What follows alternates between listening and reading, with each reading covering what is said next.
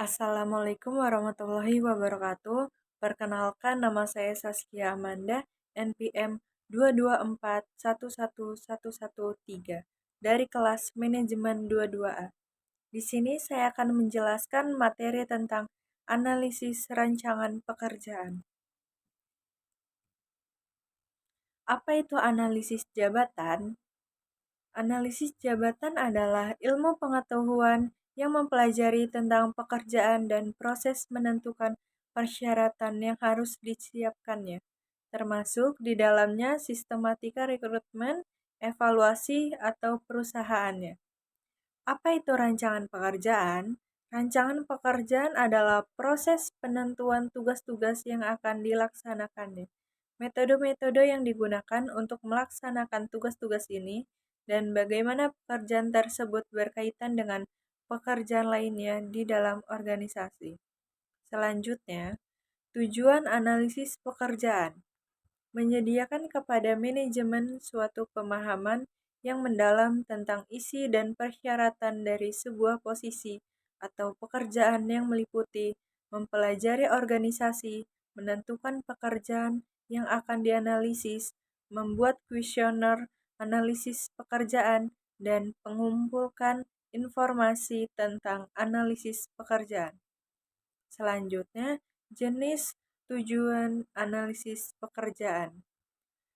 Untuk mengetahui apa yang dilakukan pegawai tetap dalam pekerjaan mereka, pendekatan ini membutuhkan untuk melihat realitas pekerjaan lebih dekat.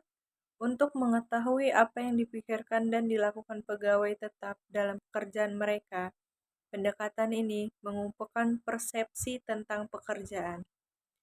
Untuk memastikan supervisor dan para pegawai mempercayai pegawai tetap tentang pekerjaan apa yang harus mereka lakukan, pendekatan ini menentukan norma-norma kerja. Untuk menentukan kepercayaan supervisor dan para pegawai bahwa pegawai tetap mempersiapkan apa yang harus dilakukan dalam pekerjaan mereka di masa mendatang dan perubahan apa yang akan terjadi di tempat kerja mereka. Selanjutnya, tahap analisis pekerjaan. 1. Tahap persiapan.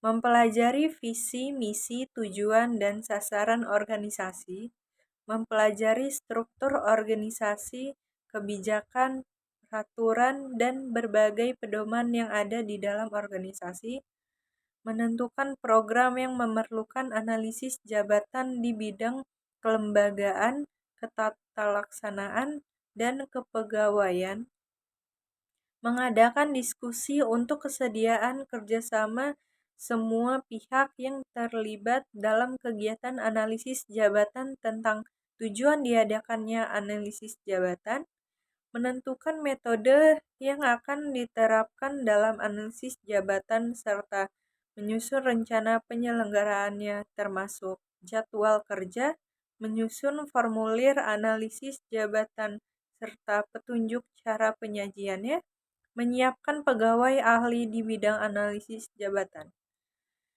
Yang kedua, pengumpulan data dan informasi.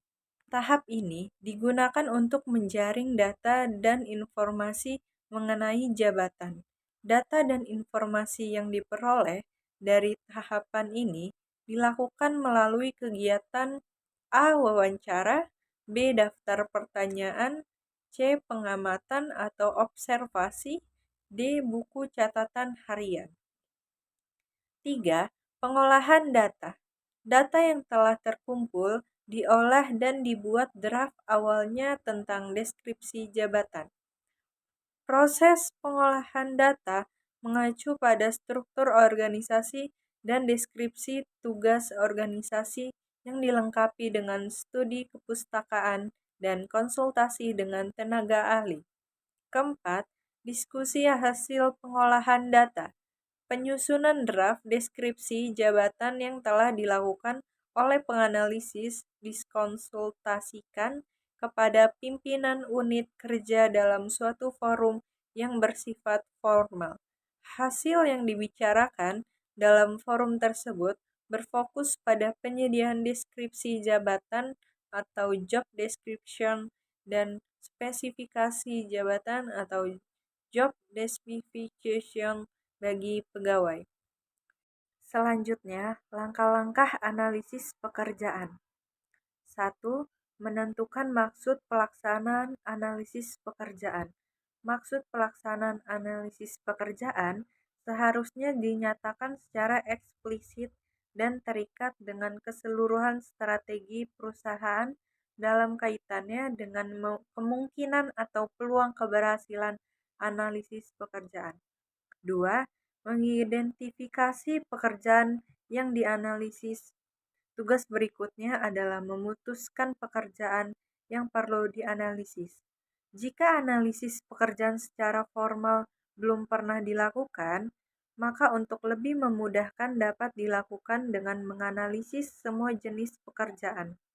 Namun, jika telah terjadi perubahan-perubahan pada pekerjaan tertentu saja, maka manajer harus menunjukkan dengan tepat pekerjaan mana yang harus dianalisis. 3. Menjelaskan proses kepada karyawan dan menentukan tingkat keterlibatannya. Komunikasi merupakan hal yang sangat penting untuk dilakukan oleh seorang manajer. Para karyawan seharusnya sejak awal diberitahu siapa yang akan melaksanakan analisis pekerjaan. Mengapa analisis pekerjaan dibutuhkan, kepada siapa jika mereka ada pertanyaan, kapan jadwal waktunya, dan apa peran mereka dalam analisis pekerjaan. 4. Menentukan metode dan pelaksanaan pengumpulan data informasi analisis pekerjaan. Manajer harus memutuskan metode atau kombinasi mana yang akan digunakan dan bagaimana mengumpulkan informasi. Setelah ditentukan, maka manajer harus meyakinkan bahwa data yang dikumpulkan adalah lengkap. Selanjutnya, metode analisis pekerjaan. Wawancara. Penanya harus yakin bahwa orang yang diwawancarai memahami sepenuhnya alasan wawancara, karena ada kecenderungan bahwa wawancara adalah bentuk dari penilaian benar atau salah yang menjadi evaluasi efisiensi. Kuesioner. Menentukan bagaimana struktur kuesioner dan pertanyaan yang digunakan. Setiap karyawan harus mengisi satu dari kemungkinan ratusan kewajiban atau tugas khusus. Orang tersebut diminta untuk menunjukkan apakah melaksanakan setiap tugas dan berapa lama waktu yang digunakannya. Observasi. Pendekatan yang dilakukan adalah mengamati pekerjaan selama siklus pekerjaan berlangsung dan mencatatnya. Kemudian, mengakumulasikan informasi dan hasil wawancara dengan pekerja, lalu memintanya untuk menjelaskan hal yang tidak dipahami dan aktivitas yang tidak diamati. Sekian presentasi dari saya. Terima kasih. Wassalamualaikum warahmatullahi wabarakatuh.